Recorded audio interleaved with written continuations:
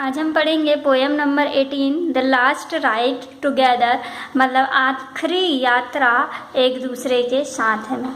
इसे Robert browning ने लिखा है।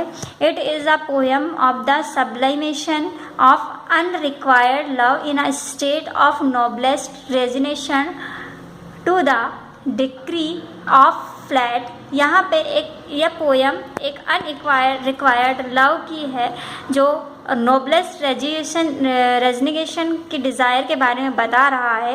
It depicts of emotion of the last ride permitted to the speaker by his beloved. यहाँ पे वो अपनी प्रिय के साथ में लास्ट राइड में अपने इमोशंस के बारे में बता रहा है। कंपेयरिंग हिज अचीवमेंट, उसकी अचीवमेंट को कंपेयर करता है विद दैट स्टेट्समैन, उस जगह पे जहाँ पर वो है उसके साथ में। अ सोल्जर्स, अ पोएट और अ म्यूजिशियन, एक सोल्जर्स के रूप में, एक पोएट के रूप में, एक म्यूजिशियन के रूप में। He is concerned to think that all men strive yet a few success, और ऐसे वो मानता है कि हर व्यक्ति को कुछ ना कुछ सक्सेस जरूर मिलती है। Since he knows his faith, और इस तरीके से वो इस सच्चाई को जानता है। His heart rises up to bless her for, कि उसके जो हार्ट है उससे हमेशा उसके लिए ब्लेस ही निकलती है। Heaven and she are behind this ride, और वो इस यात्रा में जब वो दोनों साथ में हैं तो वो स्वर्ग की फीलिंग को अपने आप में ऐसा फील कर रहा है कि वो स्वर्ग के सुखों को भोग रहा हो। When it is granted he has the consolation who know but the world may end tonight, पर वो जानता है इस सच्चाई को कि ये संसार आज की रात सब कुछ यहाँ पे ख़त्म हो जाएगा। इसका मतलब वो ये समझ रहा है कि यहाँ पे संसार सब कुछ ख़त्म हो जाएगा इस रात में। It faith has prospered bliss, this instant should sublimate his being into eternity। तो यहाँ पे बता रहा है इस कविता में स्पष्ट रूप से एक व्यक्ति का सच्चा प्यार एक औरत द्वारा नकार दिया जाता है। वह उसकी भावनाओं की कुछ कद्र नहीं करती। प्रेमी उससे कोई दोष नहीं देता बल्कि सिर्फ उसकी याद का दावा करता है जब उसने उसे भरपूर प्यार किया और उससे एक बार अपने साथ सवारी करने का अनुरोध करता है। वह बहुत खुश हो जाता है जब वह अपनी सहमति दे देती है। यात्रा शुरू होती है, उसे लगता है कि वह सभी उदासियों से मुक्त हो चुका है और ताज़ी हवा में उड़ रहा है। बीते समय की उम्मीदें या प्यार का अब कोई अर्थ नहीं रहा। इस बात में कोई तथ्य नहीं कि वह किसी और तरीके से पेश आता है। ये बात अलग है कि वो किसी और तरीके से पेश आता तो क्या होता। वह जानता है कि उसकी प्रेमिका उस समय उससे नफरत करती थी, पर अब वह सिर्फ उससे भिन्न सोचती है। कम से कम वह उसके साथ एक बार सफ़र करने का मौका पा लेता है।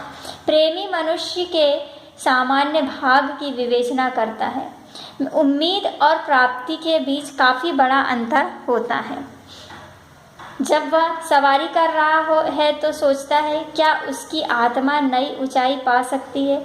बहुत से लोग कठिन मेहनत करते हैं और फिर भी उन्हें सफलता का मुंह मतलब बहुत लोग जो है वो बहुत मेहनत करते हैं फिर भी उन्हें असफलता का मुंह देखना पड़ता है। बहुत कोशिश करने के बाद भी वो हार जाते हैं। उससे उम्मीद थी कि औरत उसे प्यार करेगी, जबकि वह सिर्फ उसके साथ अंतिम बार ही एक साथ होने का अवसर पा सका।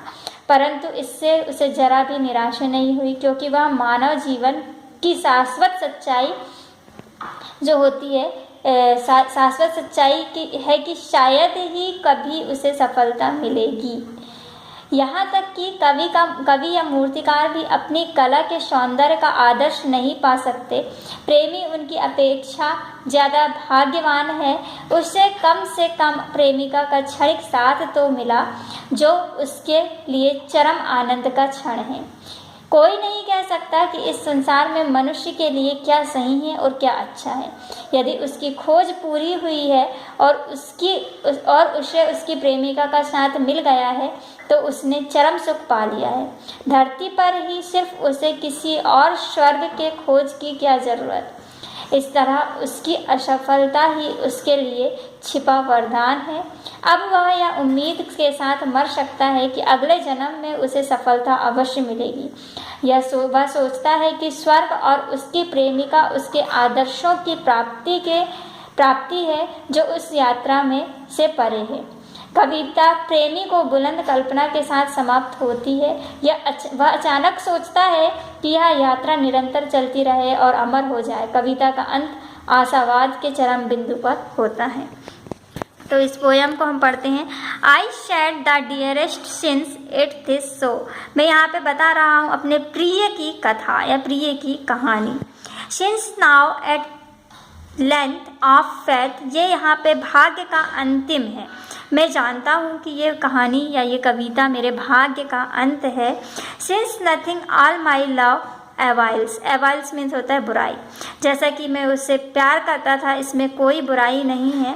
Since all my life seemed meant for fails, पर मेरी ज़िंदगी में सभी जगह मुझे क्या मिली? असफलताएं मिली। फेल हुआ मैं, असफलताएं ही असफलताओं का सामना मुझे करना पड़ा।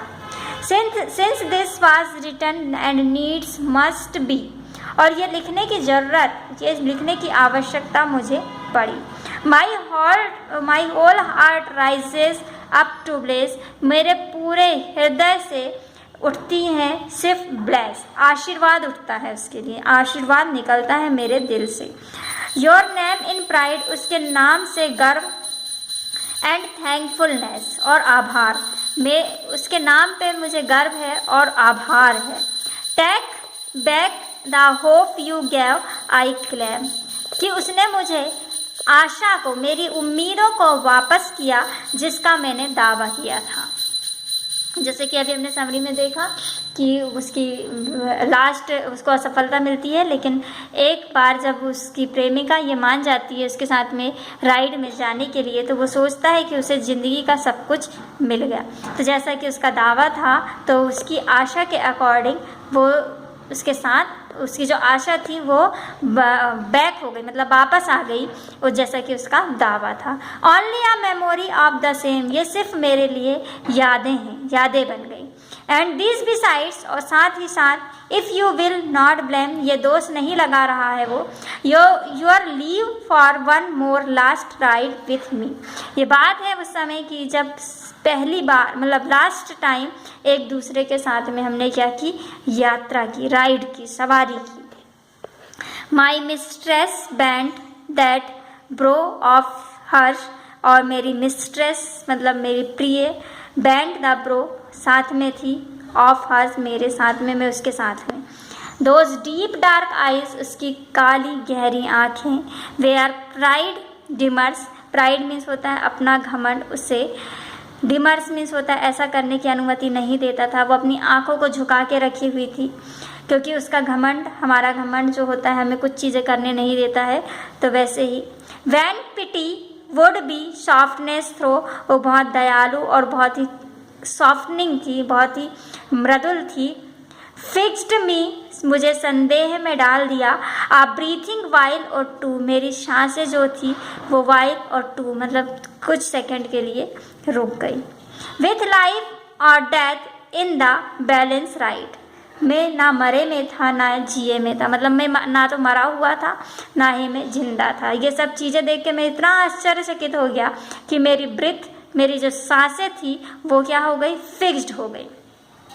द ब्लड रेप्लिस्ड मी अगेन, मेरे खून पे उम्मीदें उठने लगी, वापस उम्मीदें जागने लगी, वापस उम्मीदें उठने लगी।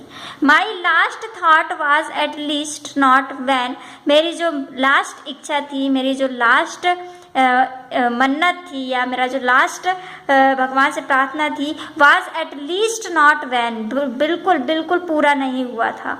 मतलब वैन में से होता है पूरा होना, लीस्ट नॉट मतलब कम से कम, थोड़ा नहीं तो पूरा ही हो गया था मेरा thought. I and my mistress, मैं और मेरी मिस्ट्रेस, मेरी डियरेस्ट, मेरी प्रिय, साइड बाई साइड एक दूसरे के पास में बैठे थे। सैल बी टुगेदर, एक दूसरे के साथ, ब्रीथ एंड राइड, एक दूसरे के साथ में सफ़र में थे, हमारी सांसें एक साथ चल रही थी। So one day more am I deified means होता है अपने को भगवान तुल्य महसूस करना। और ये एक ऐसा दिन था ये आज का ऐसा दिन था जिस दिन मैं अपने आप को भगवान के तुल्य महसूस कर रहा था। ऐसे महसूस कर रहा था कि मैं वो सब पा रहा हूँ आज जो मुझे चाहिए था, ऐसे जैसे कि भगवान हो और भगवान से सारे आशीर्वाद उसने ले लिया हो और अपनी इच्छा से सब कुछ कर पा रहा है, ऐसे वो अपने आप को महसूस कर रहा था। Who knows but the world may end tonight। कौन जानता है, पर इस संसार में कौन जानता है may end tonight, इस रात के बारे में।